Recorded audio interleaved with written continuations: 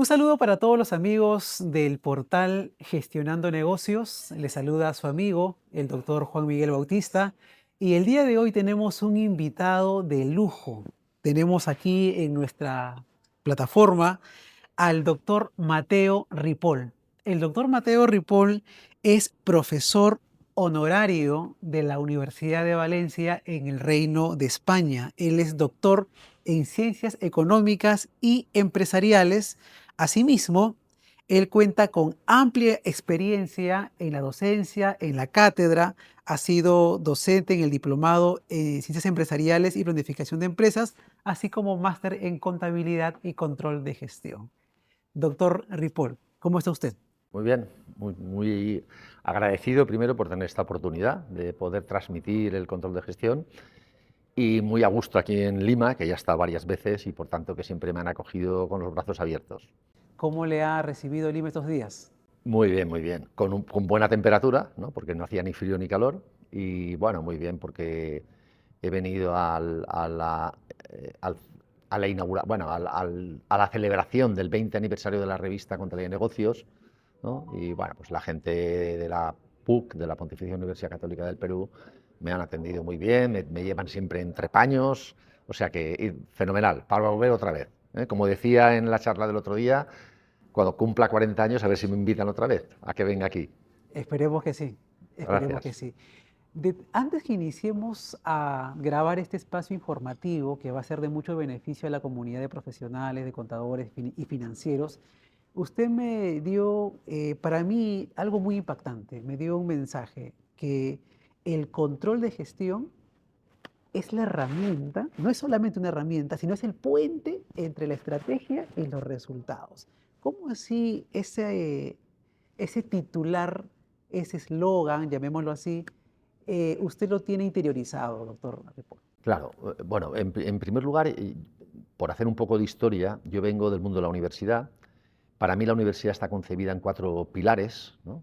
Hay profesores que solo dan clases, hay profesores que dan clases y además investigan, hay profesores que dan clases, investigan y hacen gestión, y hay profesores, para mí quizá la parte más importante y la que más me ha ayudado a integrarme dentro del control de gestión, es la transferencia de conocimiento, ¿no? Muchas universidades del mundo tienen oficinas de transferencia de resultados de la investigación, que lo que hacen estas oficinas es poner en contacto a los grupos de investigación. Yo tengo un grupo de investigación de gestión estratégica de costes, ponerme en relación con las necesidades que ellos detectan en las empresas, ¿no?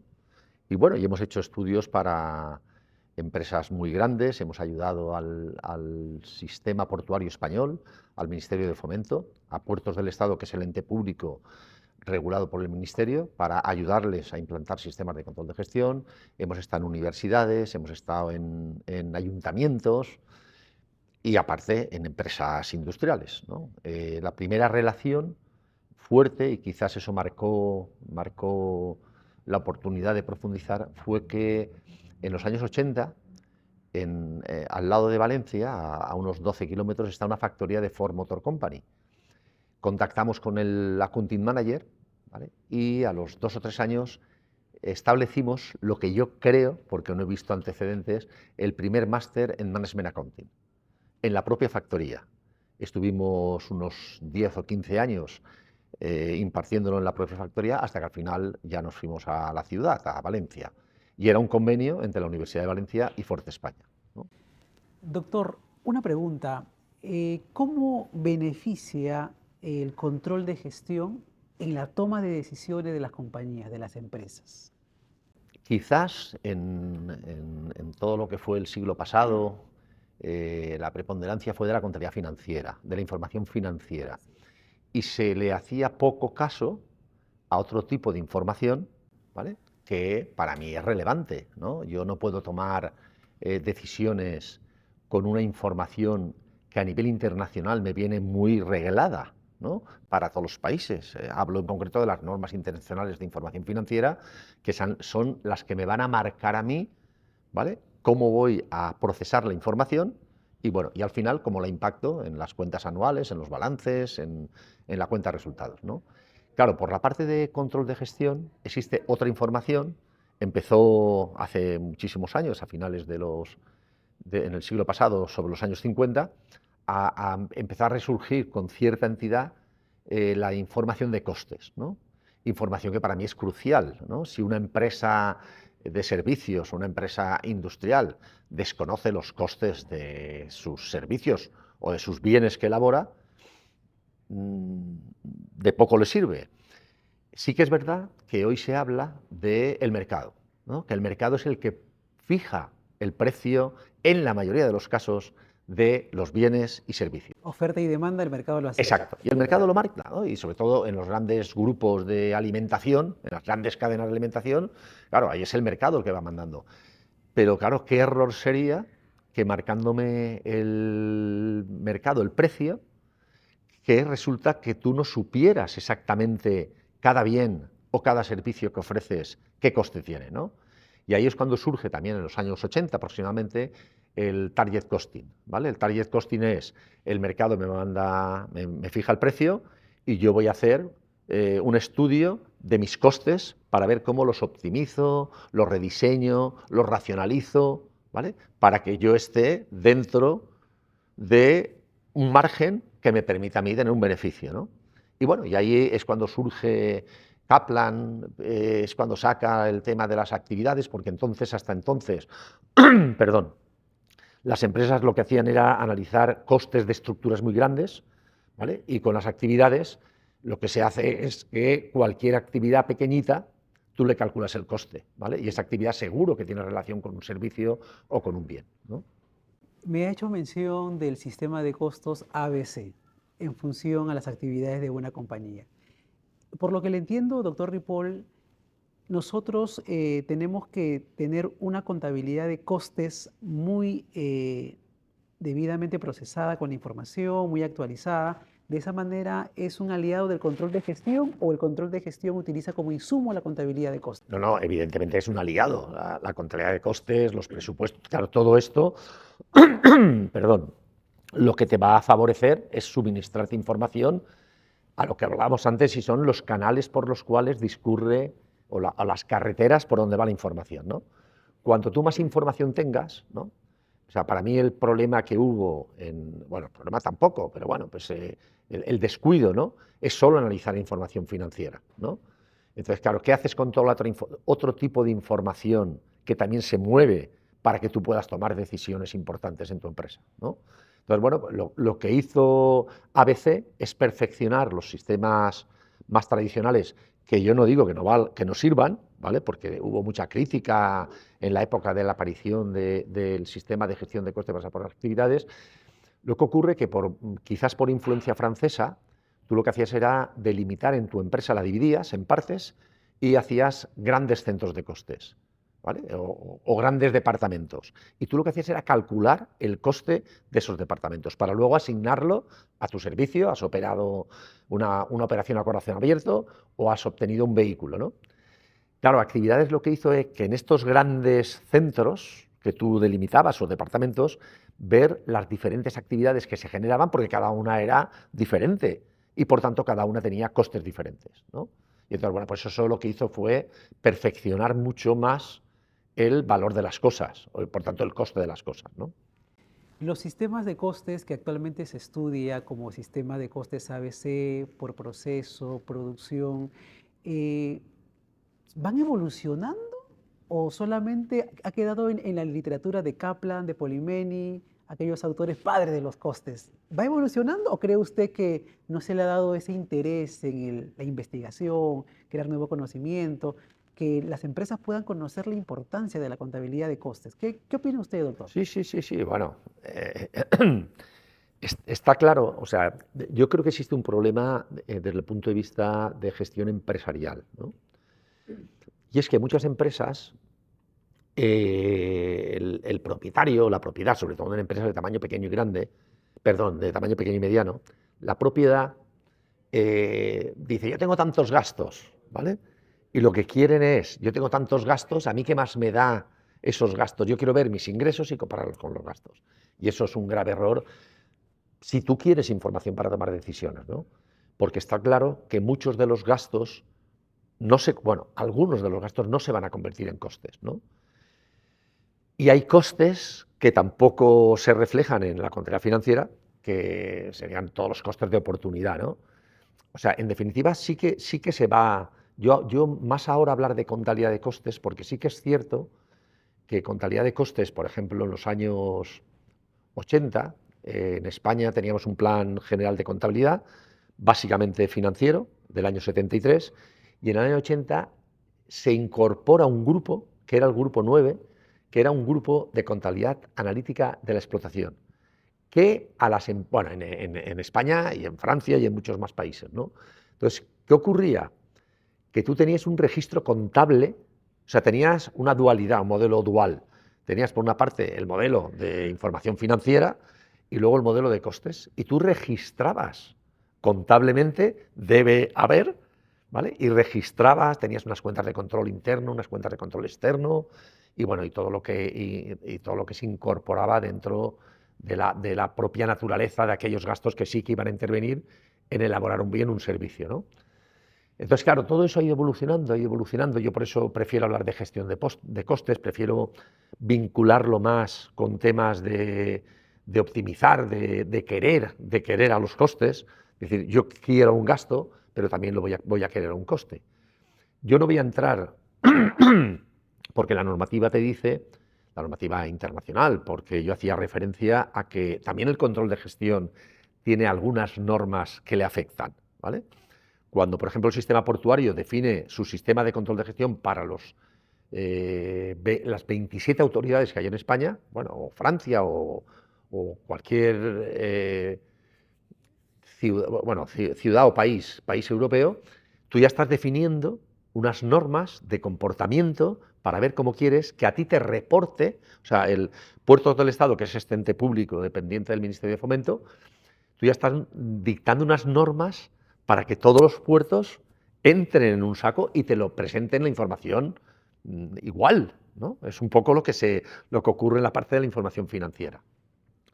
Y luego, para mí, lo que es muy importante, y le he dedicado contándolo para explicarlo, es un poco cómo se valoran los bienes y servicios, ¿no?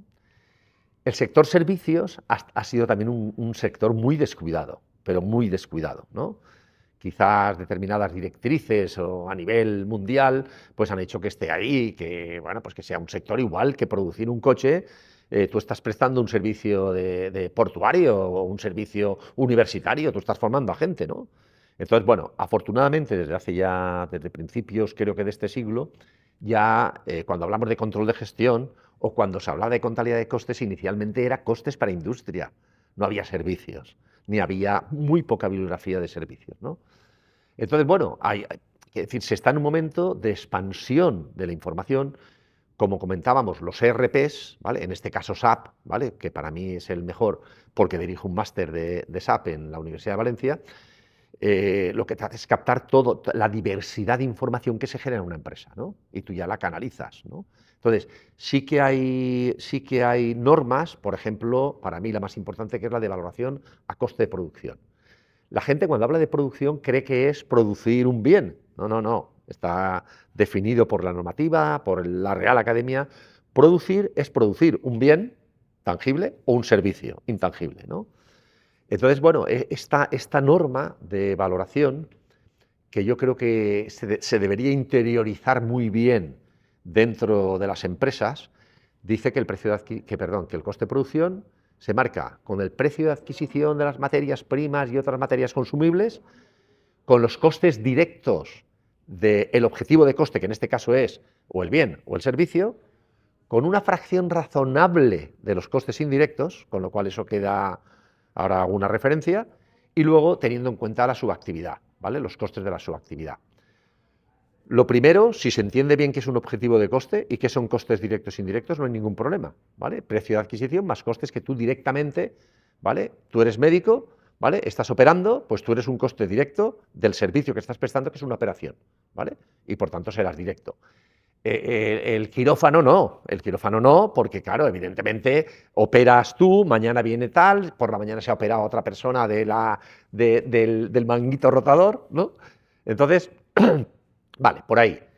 Claro, pero hablar de costes indirectos, la normativa dice una fracción razonable. ¿Y qué es una fracción razonable? una fracción razonable no es una fracción arbitraria que tú decides. Y tú hacías referencia antes a los sistemas de costes. Entonces, sistemas de costes históricamente hay, lo único que tienes que hacer, yo no voy a decir si es mejor este, aquel o el de más allá, ¿vale? Lo único que tienes que hacer es casarte con un sistema de costes. Porque el sistema de costes te va a absorber esa fracción razonable. Si tú decides un sistema, por ejemplo, la Ford ha estado utilizando muchos años un sistema de coste variable radical. La Ford, arriba en Detroit, decían, vamos a ver, ¿cómo puedo yo controlar a mis factorías del mundo? Si a mí las factorías, el 80% de un vehículo son materiales, y yo controlo, y sé que es variable, y lo tengo medido, ¿vale? Entonces decía, bueno, pues entonces todo lo demás, ¿vale? Un sistema variable radical es el que tú asignas a la valoración de tu servicio, en este caso de tu bien, ¿vale? La parte que tú consideras que es solo, única y exclusivamente variable, ¿vale? Y luego, bueno, pues están los sistemas de costes completos, los sistemas de costes completos industriales, que para mí la importancia es que la gente esté formada. O sea, definir la fracción razonable es que no es lo mismo que lo haga mi nieta, que tiene 13 años y lo haría tal, que una persona que haya estudiado, que tenga un máster de Management Accounting o de control de gestión, porque claro, va a tener mucha más entidad a la hora de definir si esa fracción razonable es un 10, un 1 o un 99. Pero eso ya depende de ti, depende del mercado, depende de tus competidores, depende de... Claro, desde un punto de vista estrictamente de manejo de información, define tú el sistema que quieres y no lo puedes cambiar. Muy bien. Doctor Ripoll, una pregunta un poco más inclinada a aquellas personas, emprendedores, empresarios, que desconocen tecnicismos del control de gestión y de la contabilidad de costes. Nosotros como contadores, usted es una eminencia en el control de gestión, permítame echarle esa flor. Bueno, aquí hay muchas, aquí hay muchas. Pero nosotros desde pregrado, desde la universidad, hemos estudiado los sistemas de costes, la mano de obra, materia prima directa, la carga fabril, costos fijos, costos variables, pero ¿cómo le podemos dar la información que sea entendible al empresario, al emprendedor, sea en Valencia, en Barcelona, en Sí, España, sí. sea en Lima? El empresario, ¿cómo puede conocer que la información del control de gestión, de la contabilidad de costes, le va a ayudar a tomar buenas decisiones? Considerando que hay muchos tecnicismos que Sí. nosotros los conocemos, pero ellos están focalizados en producir, en prestar servicios, en vender sus materiales, sus mercaderías. Ellos necesitan que el asesor de control de gestión sea un aliado, pero que le brinde información sencilla. ¿Qué hacer en Claro, esos claro. casos? Sí que es verdad que ahí se ha evolucionado bastante, bastante. Yo recuerdo hace muchos años que tú suministrabas esa información, claro, a medida que se ha desarrollado la tecnología y que cada vez estamos más... Para mí has dicho una cosa fundamental, y es que tú a un director general no le puedes dar, quiero decir, tiene que ser una información sintética, una información que le quepa en un papelito y darle los indicadores que tú crees que él necesita para que él visualice bien, ¿vale?, lo que es su negocio y por dónde tiene que ir, ¿no?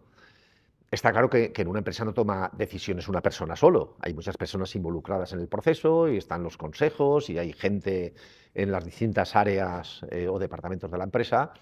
Claro, cada uno va a tirar para su parte. O sea, nosotros, uno de los problemas que teníamos por lo que estabas comentando es cómo le dices tú a un director de planta, ingeniero industrial, que lleva 30 años, que tiene que elaborar un tipo de información más amigable, ¿no? Porque él a lo mejor lo tiene todo en una hoja de cálculo y cuando tú le dices, no, es que esto lo queremos integrar en un RP, pues yo lo he hecho así toda mi vida, ¿no? Entonces, bueno, quizás para mí lo más importante es que tú, en el sector que estés, en el servicio, en el comercial o en el industrial, puedas demostrar, ¿vale?, tu ingreso, que decíamos antes que en la mayoría de los casos te viene por el mercado, y luego tú en la multiproducción de bienes o servicios cojas un servicio o un producto y le hagas ver cómo han llegado los costes ahí. Yo tengo una forma muy expresiva de decirlo. Yo cojo un gasto, lo huelo y digo, esto es un gasto de personal del área de logística, ¿vale? Lo transformo en coste, que ese gasto se puede transformar rápidamente en coste, sin más, y lo asigno al departamento de logística. Entonces, claro, tú en ese proceso de asignación, si lo haces bien y eres cuidadoso, ¿vale? Al final tú vas a repercutir. Si tu nivel desciende de una macro departamento, un macro a 500 actividades o a 10 actividades o a 5 actividades, claro, tu proceso de asignación al servicio va a ser mucho más correcto, ¿no?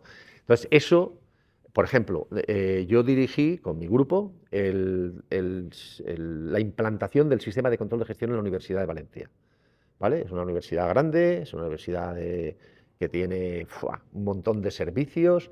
Lo primero que dije yo, antes de firmar el contrato a través de las OTRIS, fue que quería que tuviera presencia el rector, era en ese momento un médico, y el gerente de la universidad.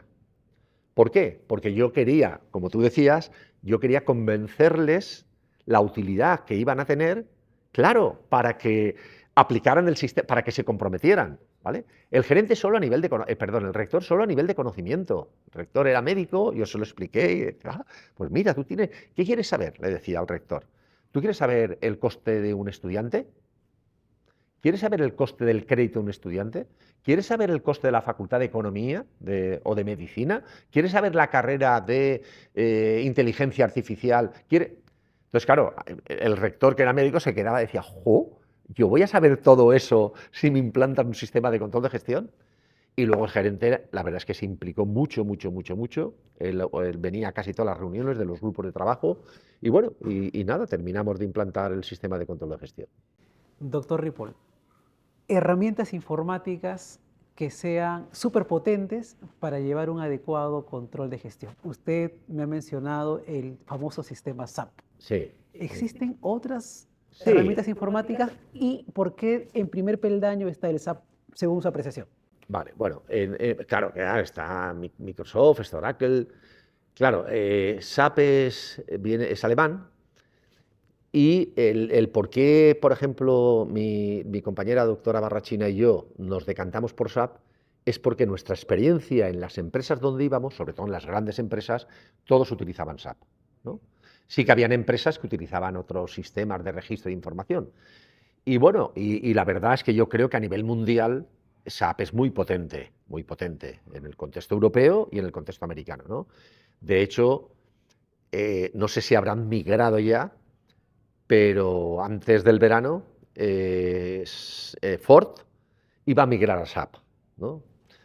¿Qué ocurre? Bueno, pues que para mí amigable no, y además ha mejorado mucho. Cuando empezamos con SAP era negro, oscuro, información que te metías en la pantalla y ahora ya es una información que la puedes llevar, está en el móvil, ¿no? Y por tanto es mucho más manejable, ¿no? Entonces, bueno, por eso me inclino por SAP. Primero porque dirijo un máster, ¿no? Del S HANA 4. Y luego porque creo que los otros, evidentemente, que también supongo que tendrán sus tal, pero vaya, no me interesa. Sí que me gustaría que se hiciera una tesis para ver qué utilidades dan los ERPs que están en el mercado, ¿no? Sobre todo los ERPs fuertes, ¿no? Pero sería bonito que se hiciera un estudio en las grandes consultoras para ver por qué utilizan este y tal, y bueno, y de ahí sacar algo, ¿no? Pero sí, pero ojo, que yo no dejo de reconocer que las hojas de cálculo nos han hecho muchísimo, hemos adelantado muchísimo también en el manejo de información. Desde cuando yo era jovencito en Lotus y ya cuando pasamos a Excel, bueno, pues las empresas de tamaño pequeño y grande que no necesitan almacenar un montón de información, pues allí tienen una herramienta bastante fiable, ¿eh? Doctor Ripoll, estados financieros, el balance de cuentas, como se le conoce Sí, en el sí, sí. Reino de España. Esa información está elaborada por un contable en función a las normas internacionales de información financiera. ¿Cree usted que en ese reporte tiene que estar acompañado de un reporte netamente de control y gestión y costes? ¿Por qué tiene que estar acompañado y tiene que ser suministrado de manera periódica, mes a mes o de manera trimestral? ¿Por qué cree usted? Vamos a ver, en la evolución de las propias funciones de una empresa, eh, la figura, ¿no?, que reportaba la información eran los directores financieros, ¿no? Y precisamente por lo que tú estás comentando, eran excesivamente financieros. El accounting manager de Ford y yo hemos dado charlas o seminarios a las big, a las grandes empresas de auditoría, a los consultores. Los Big Four. Sí, exacto. Claro, un poco para decirles, es que aparte de la información financiera, que por otra parte, yo no digo que sea obligatoria, pero sí que ha habido muchos años que la presión fiscal ha estado muy presente en los estados financieros de las empresas, en las cuentas anuales, ¿no? Cada vez, afortunadamente, se ha ido separando el tema fiscal del tema contable, ¿no? Y claro, y por eso surge el controller, ¿no? En los años 50 en Francia, en los años 70 en Estados Unidos, los países empiezan a tal, y al final lo que se pretende del controller es que sea precisamente lo que tú has comentado, que sepa mucho de esto y sepa mucho de control de gestión, ¿no? Y por tanto, el controller, más allá de ser un staff de la dirección general, bueno, bebe de las dos fuentes, ¿no? Entonces, ¿qué repercusión hay que se perciba en un estado financiero, unas cuentas anuales? Bueno, la valoración a coste de producción, ¿vale? Esa valoración te la van a dar de aquí. O sea, en la parte financiera, ¿vale?, la parte de control de gestión te va a decir, ese servicio vale 8 y ese bien vale 13. Si tú lo almacenas, es un activo.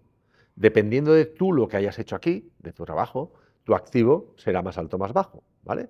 Tanto del servicio, si hay servicios que están en proceso y que no están terminados por una operación el día 31 de diciembre, aún no se opera al enfermo, el enfermo ya está consumiendo costes, ¿vale? ¿Vale? Con lo cual yo entiendo que se debería ir cada vez más a dar formación en las universidades. Se da por una parte financiera y por otra parte control de gestión, ¿no? Y que bueno, y las grandes empresas, lógicamente, cuando contratan a alguien que controle perfectamente toda la normativa financiera y que también sepa de control de gestión, ¿no? Porque tiene que elaborar presupuestos, tiene que ayudar a definir la estrategia, tiene que suministrar información sobre la gestión de costes o los costes cómo se asignan, etcétera, etcétera. Estimado doctor, la siguiente pregunta, y yo sé que su vasta experiencia nos va a dilucidar algunas interrogantes.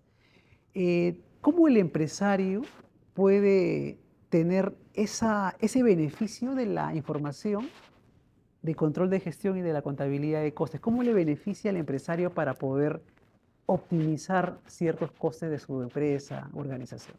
Claro, en realidad el empresario no es el que tiene que optimizar. Al empresario le tienen que optimizar los costes, ¿no? Entonces, para mí, ¿dónde estaría la selección de la persona adecuada para que me maneje información de gestión e información de costes? O sea, una persona que se haya... Claro, yo decía, el máster que tenemos es de SAP, CEO, control de gestión, y finanzas, ¿vale? Con lo cual, tú ahí lo que estás haciendo es integrar toda la información. La parte de los profesionales del control de gestión tienen muy claro que tienen que rediseñar, optimizar.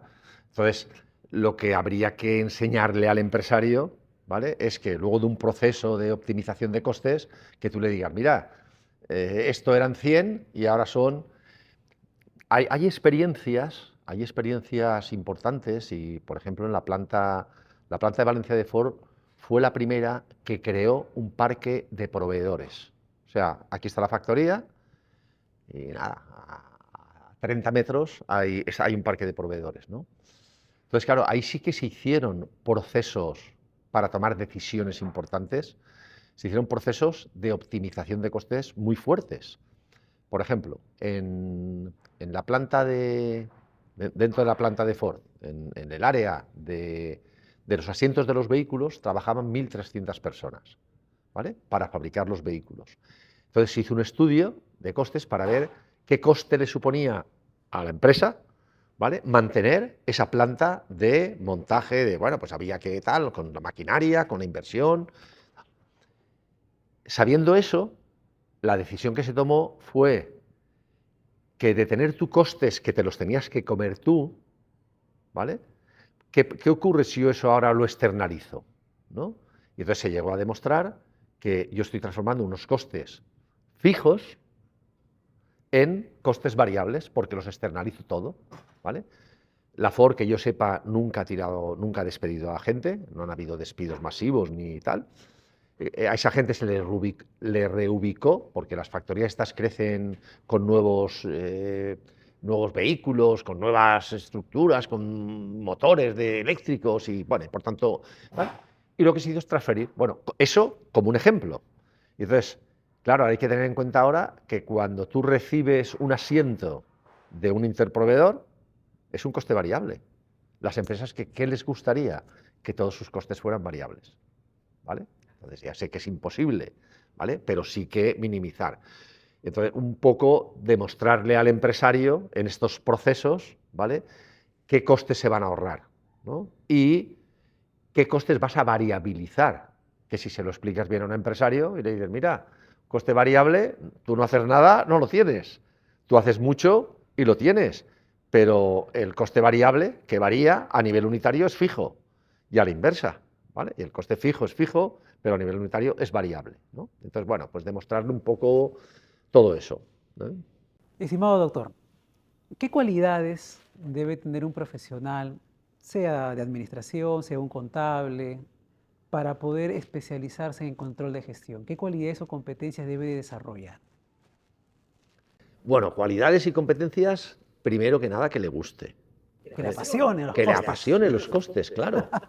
Y claro, no es lo mismo una carrera, que sí, que hacemos en nuestras diversidad de carreras dentro del área de nuestro departamento, que tenemos muchas asignaturas y claro que se les forma, pero se les forma pues a nivel un poco global. Luego, para mí, lo que es importante es que alguien haga un máster de especialización, porque ahí sí que ya, si tiene buenas cualidades, que si va a hacer un máster es porque las va a tener, ¿vale? Y ya va adquiriendo competencias, ¿no? Y al final, es lo que decíamos antes, para mí algo importante, que es la fracción razonable, ¿no? La fracción razonable es tú estudia, tú trabaja, tú fórmate, y cuanto más sepas, bueno, primero, por una parte, probablemente estés mejor remunerado y por otra parte aportarás a tu empresa, ¿no?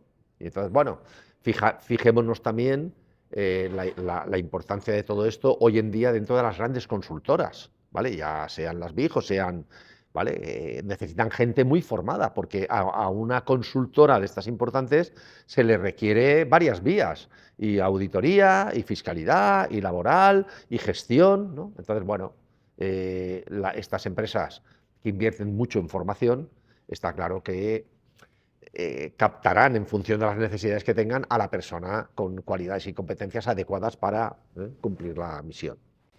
¿Está de acuerdo usted que el gestor de control de gestión, valga la redundancia, el contable de costes, no tiene que trabajar solamente desde el escritorio, sino tiene que ir a la planta, al área de producción o a la nave, como se le conoce en España? ¿Cree usted que no hay que trabajar desde el escritorio recibiendo información? Tiene que estar en el terreno de trabajo. Eso que acabas de decir es súper básico, elemental y necesario.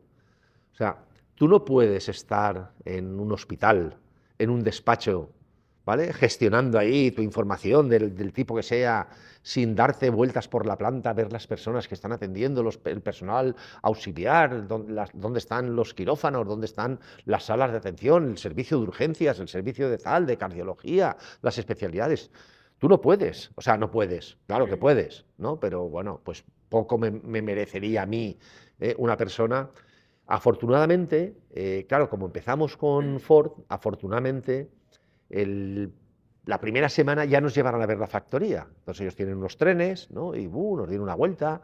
Y eso ya ha sido una constante en mi vida, ¿no? Siempre que nosotros, el grupo mío, hemos ido a cualquier empresa, lo primero, hablar con la gente, con el gerente, con tal, y definir el contrato que vamos a hacer y tal, y luego ya decir, vamos a planta. Y ahí nos hemos puesto en muchos sitios gorros y batas y zapatos tal para entrar dentro y un poco por ver, ¿no? Por ver qué se hace allí dentro. Y también un poco desde una óptica, estuvimos en una empresa muy fuerte de frutos secos Y nada, el controller se había formado con nosotros en el máster de la Ford y bueno, pues nos pidió ayuda y cuando estábamos paseando observé que en las líneas de producción arriba, en la parte de arriba, había una persona, si habían 10 líneas, 10 personas, que venían una bolsa, por ejemplo, con nueces. Y entonces su única misión era coger la bolsa, que ya el proceso estaba automatizado y ya le ponía las nueces y tal, y él lo único que hacía era coger un ganchito metálico en forma de corazón para que tú puedas abrir. Y, y yo decía, a ver, 10 personas para hacer ese proceso no se puede automatizar. Quiero decir que cuando tú bajas, ¿vale? Y cuando ves la realidad, bueno, ves un montón de cosas que la rutina diaria de yo, gerente o propietario de una empresa, no me deja verlas, ¿vale? Porque yo estoy en mi historia global de la empresa, ¿no? En cambio, por esta parte de aquí, bueno, pues sí que el bajar, como tú decías, el ver, el meterte en el almacén, bueno, pues eso lo hemos hecho en el puerto, en la Autoridad Portuaria de Valencia, que, que es la tercera o la cuarta autoridad portuaria más importante de Europa. Hemos visitado almacenes, la estiva, la desestiva, hemos ido a ver los barcos, nos hemos subido en las grúas. Y un poco dices, ¿para qué? Hombre, pues ¿para qué? Para saber dónde. También es verdad que yo digo, el control de gestión, ¿vale? Me es igual, a mí me es igual, a mí, como varios proyectos que hemos desarrollado, me es igual que sea una empresa de calzado, que una empresa de automóviles, que una empresa de suministradora de alimentos, me es igual, al final, esto es como un traje, ¿vale? Que tú eres más alto que yo, quito puntos por aquí, saco la manga, tal, si eres más bajito lo meto y tal. Al final, el control de gestión es el traje, lo que hay que saber es de control de gestión. Y luego ya el tipo de actividad que desarrolle la empresa no, vaya, no tendría ninguna importancia. Estamos de acuerdo, doctor Ripoll, que el ejecutivo de control de gestión tiene que estar en la planta, tiene que conocer el negocio. No hay que trabajar solamente desde el escritorio. Por su experiencia, usted que ha trabajado en muy grandes empresas en España, cuando la agencia tributaria, su especialidad no es la fiscalía, no se preocupe, no le voy a preguntar de eso, pero cuando la agencia tributaria toca la puerta a la empresa para una inspección o una supervisión, también audita o valida las cifras de la contabilidad de costes. ¿Alguna experiencia que me pueda comentar sobre que la Sí, información de sí, costes que ha sí. sido suministrado al inspector, al agente fiscalizador de la agencia tributaria en España? Lo que ocurre, esto lo cortaremos luego, lo que ocurre que yo creo, es una creencia que habría que demostrarla empíricamente, yo creo que la inspección fiscal no mira, o sea, mira el balance y las cuentas anuales, ¿vale? No mira más. No mira más porque tampoco se les forma, porque en las oposiciones, que son durísimas, el porcentaje de control de gestión es ínfimo. Entonces se les enfoca más a la parte financiera, ¿no? En los resultados, a tributar resultados, ¿no? Entonces, claro, tú si eres hábil, por aquí puedes mover la información como quieras, porque probablemente en la mayoría de los casos no se van a dar cuenta, ¿vale? Entonces, yo haría más énfasis a que, en general, los sistemas tributarios del mundo se preocuparan no solo tanto de la información financiera, sino como de la información que proviene del área de control de gestión y de la información no financiera también, ¿no?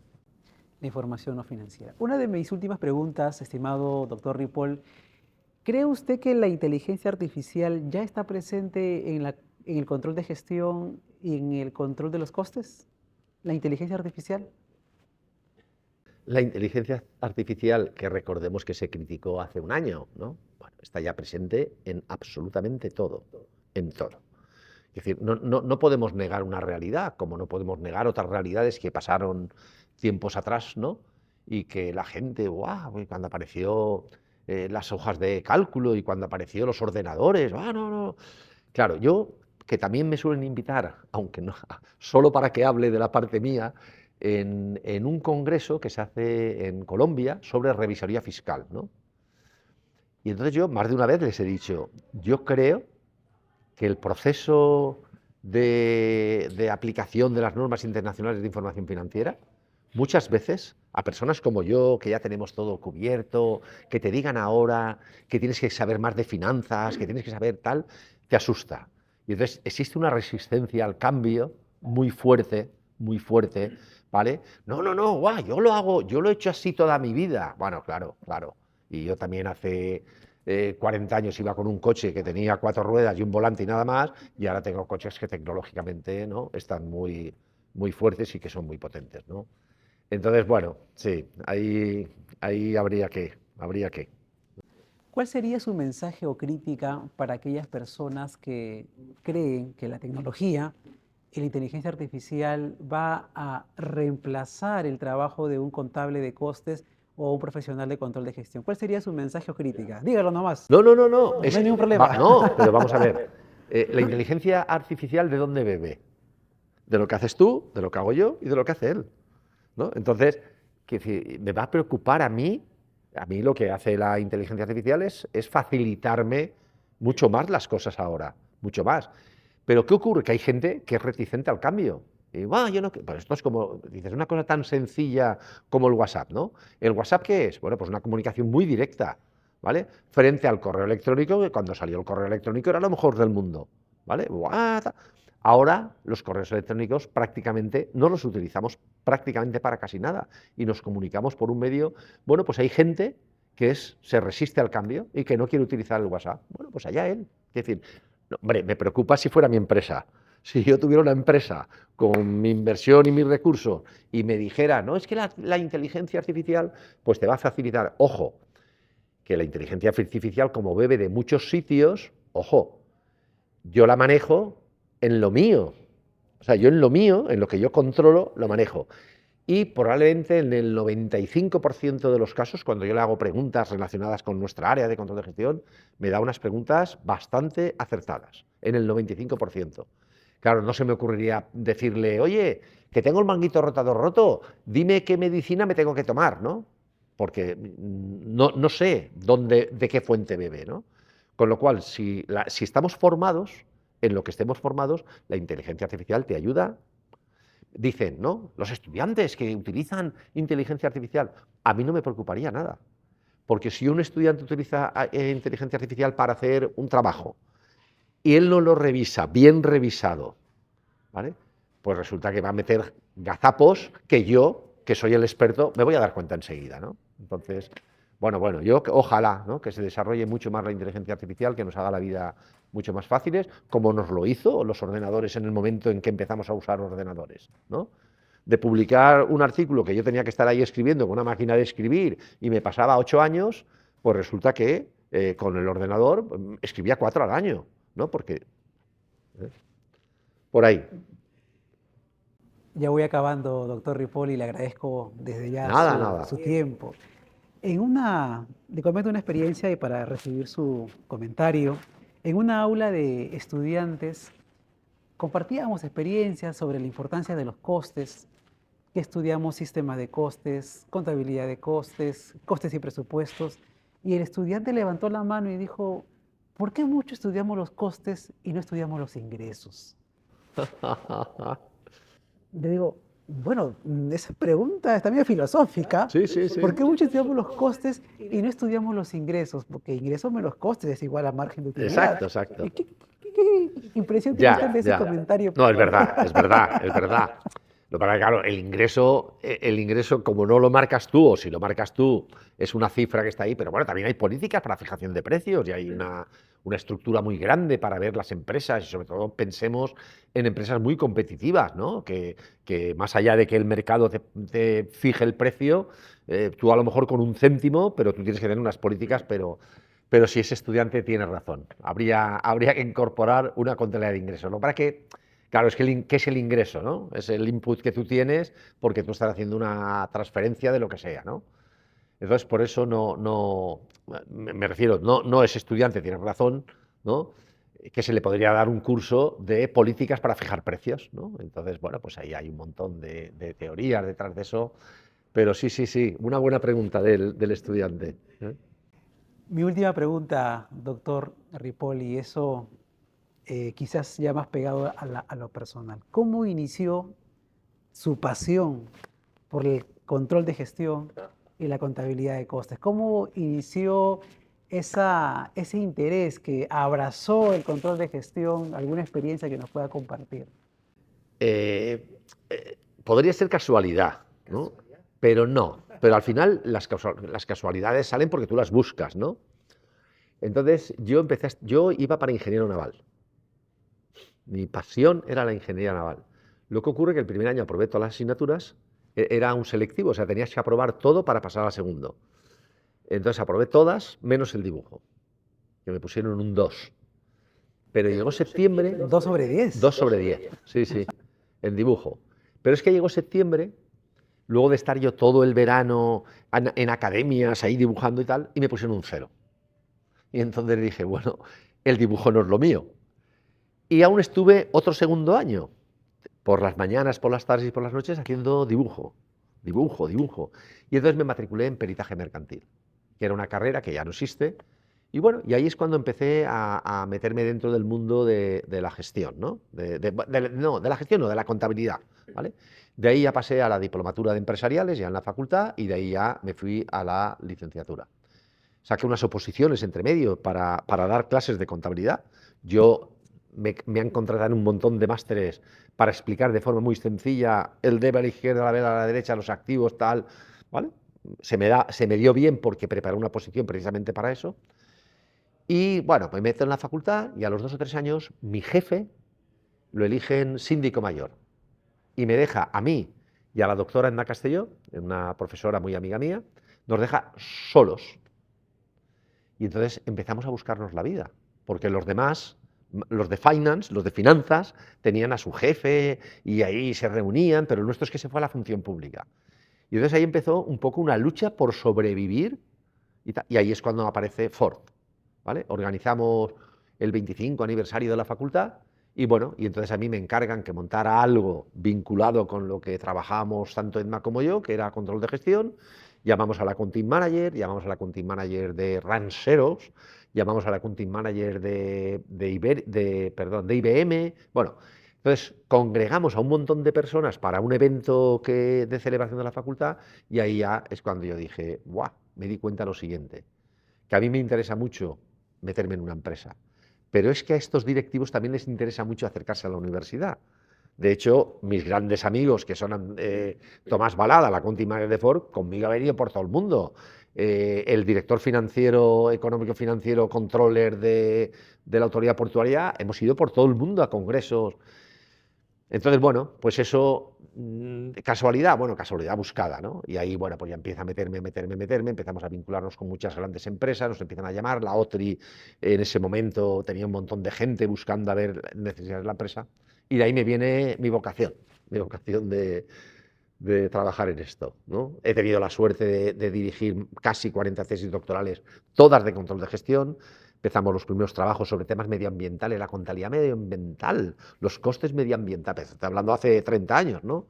Y bueno, pues la verdad es que toda la gente que ha venido de la región a trabajar conmigo venían porque querían trabajar control de gestión, con lo cual yo creo que estamos en un momento idóneo, y por eso el estudio que le hemos encargado a la Junta Directiva de Ecogestión y al presidente, a Óscar Díaz, a ver si hace un estudio para detectar, ¿no?